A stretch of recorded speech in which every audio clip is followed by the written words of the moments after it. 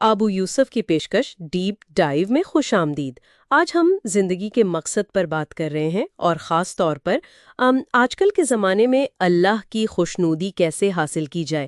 مطلب بنیادی سوال یہ ہے کہ عبادت کا اصول تو ایک ہی رہتا ہے، ٹھیک، لیکن وقت کے ساتھ، حالات کے ساتھ اس کا عملی اظہار وہ کیسے بدلتا ہے؟ جی بالکل، دیکھیں اس کی جو بنیاد ہے نا وہ قرآن کی آیت ہے، اور میں نے جنوں اور انسانوں کو صرف اپنی عبادت کے لیے پیدا کیا۔ اب یہاں عبادت جو ہے وہ صرف آپ سمجھے نماز روزے جیسی چیزیں نہیں ہیں۔ اچھا، جی، یہ لفظ نکلا ہے عبد سے، یعنی غلامی۔ تو مطلب یہ ہوا کہ اللہ کے سامنے پوری زندگی ہر فیصلے میں شعوری طور پر سر جھکا دینا، یہ ہے اصل عبادت۔ یہ تو ہوئی بنیادی بات، لیکن کیا اس سے بھی کوئی بڑا تناظر ہے؟ کیا یہ صرف ہمارے روز کے کاموں تک ہے؟ یقیناً اس کا ایک بہت بڑا پس منظر ہے۔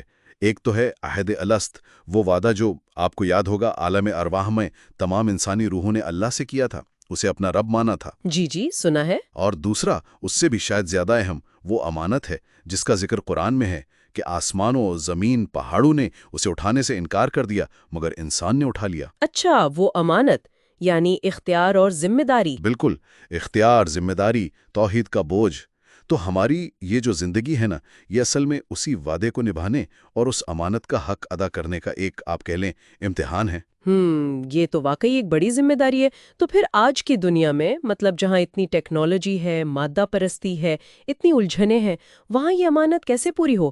اللہ کی رضا کیسے ملے؟ ہاں، یہ بہت اہم سوال ہے، اور یہیں پہ فقہ واقع کا کردار آتا ہے۔ فقہ واقع یعنی اپنے زمانے کے جو حقیقی حالات ہیں، جو چیلنجز ہیں، ان کو شریعت کی روشنی میں سمجھنا۔ دیکھیں، کچھ بنیادی فرائض ہیں، فرض عین جنہیں کہتے ہیں: توحید، نماز، زکوٰۃ، روزہ، حلال کمانا، اچھا اخلاق، بڑے گناہوں سے بچنا۔ یہ تو آپ سمجھے نان نیگوشیبل ہیں، یہ کبھی نہیں بدلتے۔ صحیح۔ یہ تو ہر حال میں کرنے ہیں۔ جی۔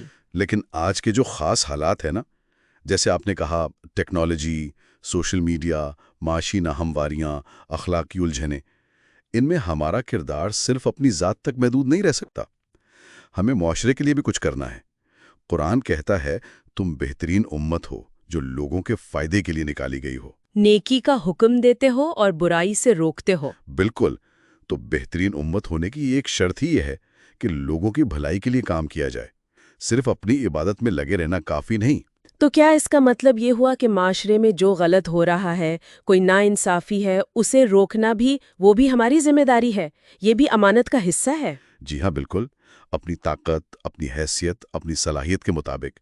اسے فرض کفایہ کہتے ہیں، یعنی اجتماعی ذمہ داری۔ اچھا، اجتماعی ذمہ داری۔ جی، اگر معاشرے میں کچھ لوگ یہ کام کر رہے ہیں تو شاید باقیوں سے ذمہ داری ہٹ جائے، لیکن اگر کوئی بھی نہیں کر رہا اور آپ میں صلاحیت ہے تو پھر یہ آپ پر انفرادی طور پر بھی لازم ہو سکتا ہے، یعنی فرض عین بن سکتا ہے۔ حدیث میں بھی تو ہوتا ہے نا کہ برائی کو ہاتھ سے روکو، جی نہیں تو زبان سے، اور اگر یہ بھی نہ کر سکو تو کم از کم دل سے برا جانو، اور وہ ایمان کا کمزور ترین درجہ ہے۔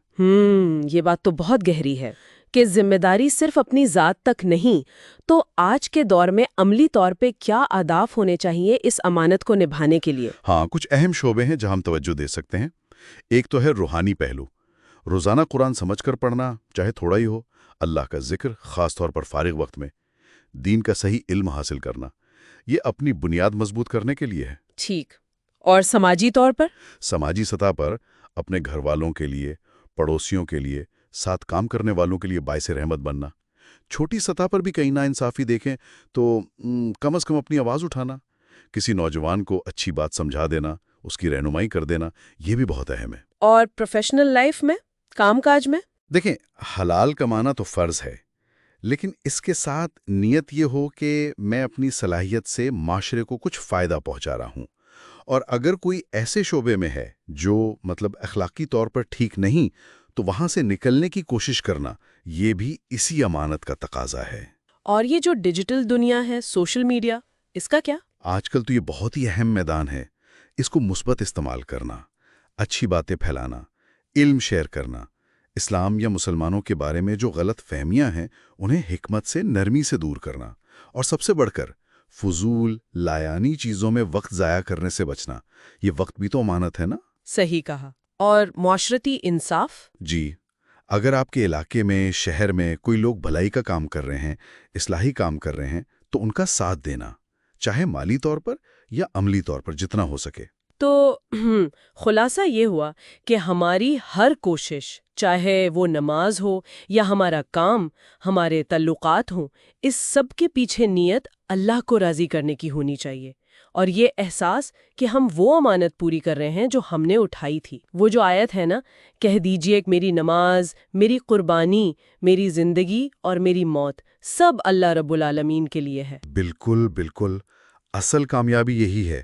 دنیا کی نظر میں کیا مقام ہے یہ اہم نہیں، اہم یہ ہے کہ ہم اپنے خالق سے کیے گئے وعدے یعنی عہد الست اور اس امانت کے ساتھ کتنے مخلص ہیں۔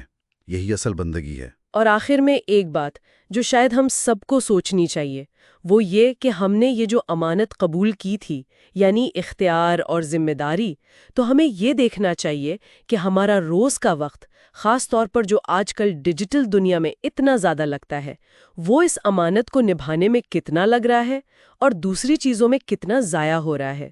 یہ ایک اہم سوال ہے۔